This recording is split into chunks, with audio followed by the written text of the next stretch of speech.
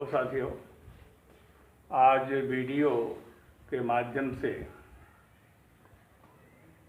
मैं आपको अम्ल, क्षारक एवं लवण के बारे में बताने का प्रयास कर रहा हूँ।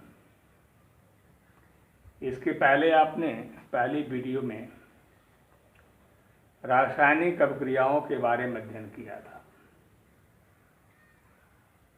आज आप अम्ल, क्षारक एवं लवण के बारे में पढ़ेंगे। सबसे पहले प्रश्न उठता है, अम्ल है क्या? तो अम्ल एक चरपरे और खट्टे स्वाद का पदार्थ है।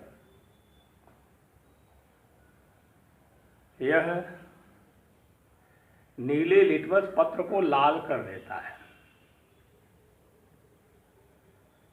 अम्ल स्वाद में खट्टे होते हैं, नीले लिटमस पत्र को लाल कर देते हैं और चरपरे होते हैं। सिरका आप खाए होंगे, नींबू आप खाए होंगे, इन दोनों को अम्ल की संज्ञा दी जा सकती है। और क्षार क्या करता है? लाल लिटमस पत्र को नीला कर देता है। अम्ल नीले लिटमस पत्र को लाल करता है और क्षार लाल लिटमस पत्र को नीला कर देता है। आप देखेंगे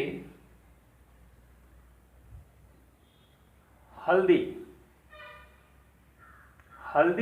युक्त भोज्य पदार्थ जब आपके कपड़ों पर गिर जाता है और साबुन क्षारीय होता है, इससे धुलने पर कपड़े का रंग ऑरेंज हो जाता है। आपने देखा होगा इसको।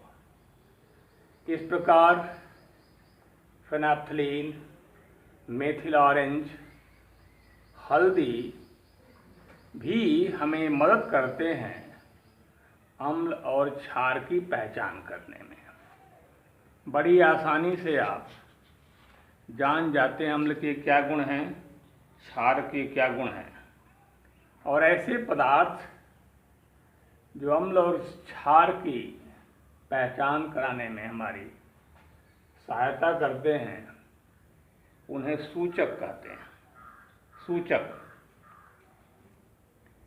आप ये भी देखे होंगे कि किस प्रकार क्षार जो है कपड़ों पर प्रभाव डालता है, आपके हाथों पर प्रभाव डालता है। अम्ल हाइड्रोक्लोरिक अम्ल, नाइट्रिक अम्ल, सल्फ्यूरिक अम्ल, एसिटिक अम्ल,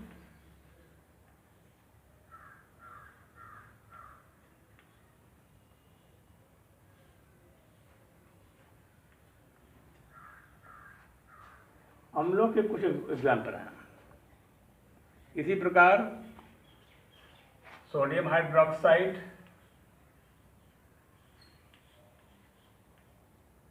पोटेशियम हाइड्रोक्साइड, कैल्शियम हाइड्रोक्साइड,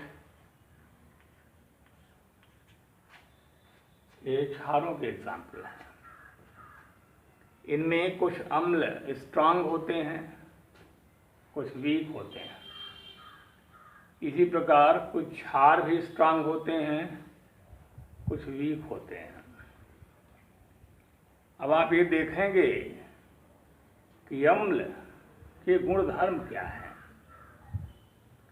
अम्ल धातुओं से क्रिया करके क्या बनाता है?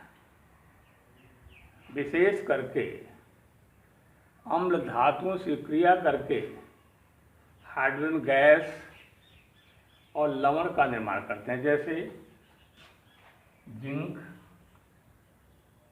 पर हाइड्रोक्लोरिक अम्ल की क्रिया होती है तो जिंक क्लोराइड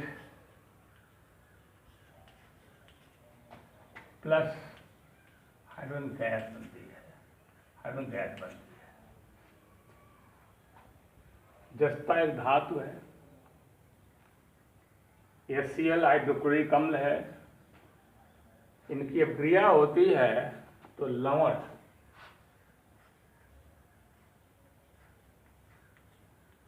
और हाइड्रोजन गैस का निर्माण होता है।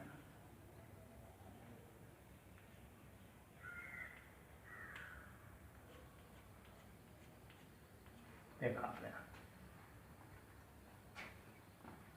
इसी प्रकार आयरन पर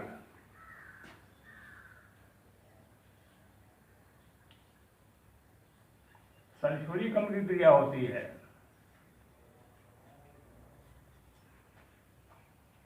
तो आयरन सल्फेट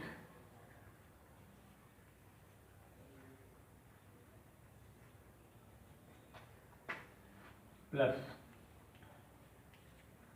हाइड्रोजन गैस का निर्माण होता है। तो आपने देखा, जब भी अम्ल किसी धातु से अभिक्रिया करता है तो लवण और हाइड्रोजन गैस का विस्थापन होता है। इसी प्रकार आप देखेंगे, जब क्षार क्रिया करता है धातुओं से, जैसे जिंक है,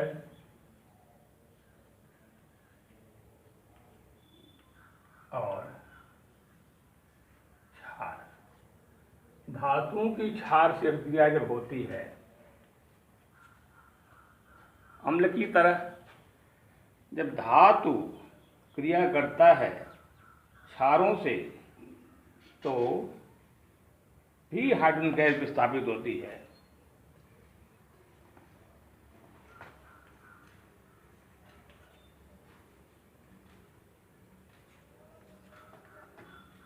तब भी हाइड्रोजन गैस का निर्माण होता है। क्षार भी, कुछ क्षार ऐसे हैं जो धातुओं से अभिक्रिया करते हैं तब भी हाइड्रोजन गैस का निर्माण होता है। इसे आप सोडियम जिंकेट कह सकते हैं।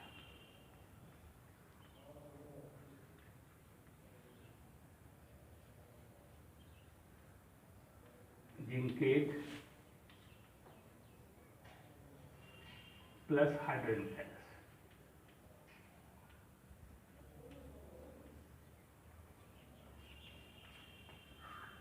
पुनः मैं आपको बताना चाहूंगा, जब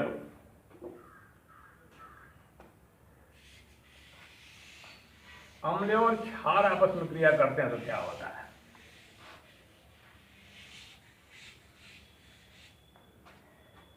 जब अम्ल और क्षार आपस में क्रिया करते हैं, जैसे क्षारक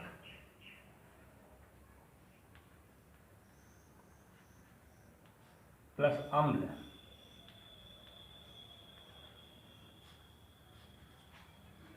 अम्ल और क्षारक की आपस में जब अभिक्रिया होती है तो लवण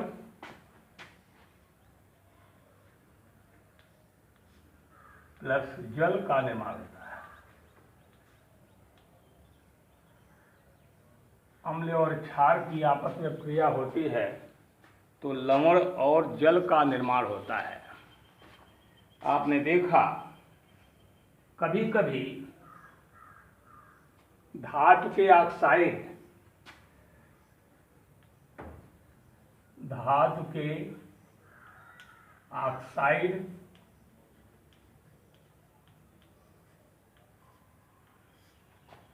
पर भी अम्ल की क्रिया होती है। धातु के ऑक्साइड पर जब अम्ल की क्रिया होती है तब भी लवण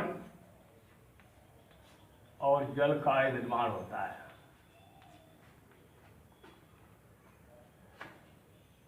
जैसे ZnO, HCl,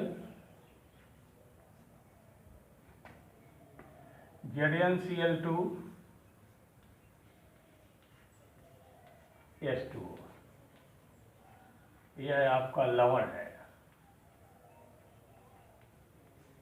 ये जल है, जब क्षारक और अम्ल आपस में क्रिया करते हैं तो लवण और जल का निर्माण होता है। इस क्रिया को उदासीनीकरण अभिक्रिया, न्यूट्रलाइजेशन रिएक्शन कहते हैं। यहाँ होती है उदासीनीकरण अभिक्रिया, उदासीनीकरण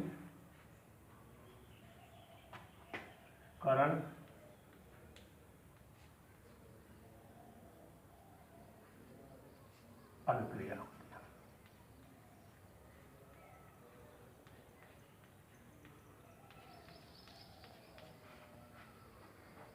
इस प्रकार आपने देखा कि लवण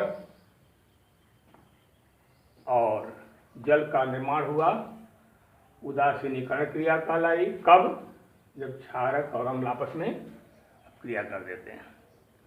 इस प्रकार छात्रों, आपने अम्ल और क्षारक के गुण, धातुओं से उनकी अभिक्रिया, उनकी आपस में अभिक्रिया से क्या होता है, क्या परिणाम निकलता है, क्या हैं इनके गुण, क्या हैं इनकी पहचान सूचकों के द्वारा, लिटमस पत्र के द्वारा आपने किया, देखा। इससे पता चलता है कि दोनों एक दूसरे से भिन्न हैं। दोनों का स्वाद, दोनों का टेस्ट, दोनों की अभिक्रियाएँ एक दूसरे से अलग हैं और प्रकृति में ये विद्यमान हैं। हमारे आवश्यकता की चीज़ें हैं, हमारे काम में आती हैं और हम इनका अपने दैनिक जीवन में इनका उपयोग करते हैं और हमारे भोज्य पदार्थों में, फलों में ये पाए जाते हैं। इनका हमारे जीवन के लिए बड़ी उपयोगिता है और इनके बारे में जानना हमारी सबसे बड़ी प्राथमिकता है। जानना चाहिए और सीखने का प्रयास करना चाहिए। आखिर ये किस प्रकार हमारे जीवन के लिए उपयोगी हैं, कैसे हमारे लिए लाभदायक हैं। पुनः मैं आपको बताऊंगा कि सोडियम हाइड्रोक्साइड,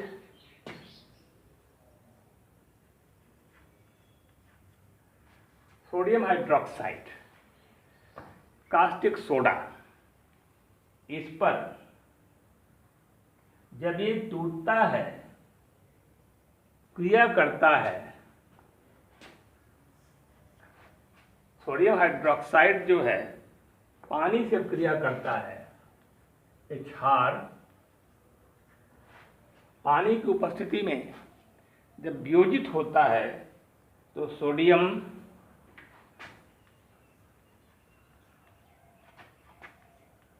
OH आयन देता है, विस्थापित होता है, टूटता है।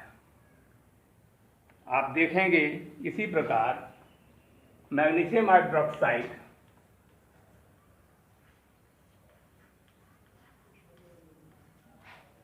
MgOH ट्वाइस, यह भी पानी की, यह भी थोड़ा वियोजित होता है। वियोजित होने के बाद Mg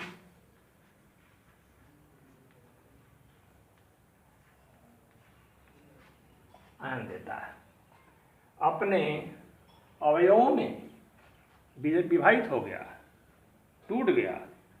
आपने देखा। और ऐसे जो क्षारक होते हैं, ऐसे क्षारक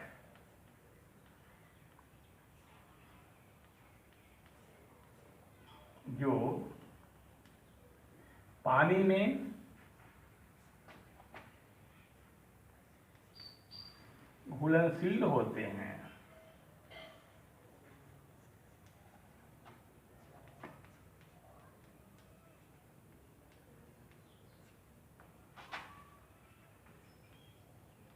उन्हें क्षारक कहते हैं।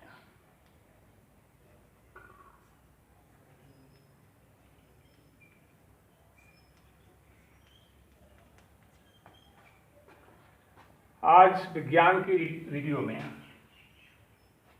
आपने अम्ल, क्षार, इनके गुण, इनकी धातुओं से अभिक्रिया, इनकी उपयोगिता, क्षारक और क्षारक क्या हैं, अध्ययन किया।